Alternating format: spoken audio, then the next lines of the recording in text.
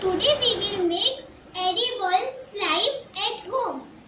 So to make slime, first we have to take 2 spoons of sugar,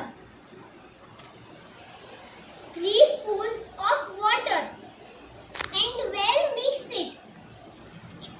1 more spoon than the sugar. Mix it well until sugar dissolves in water. Now add 4 spoons of flour and mix it. Now add little bit of color if you want. Now I have mixed it well. It is like this. So it is like this.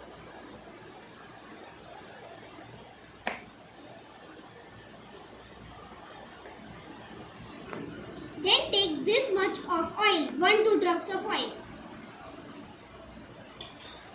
and well mix it again.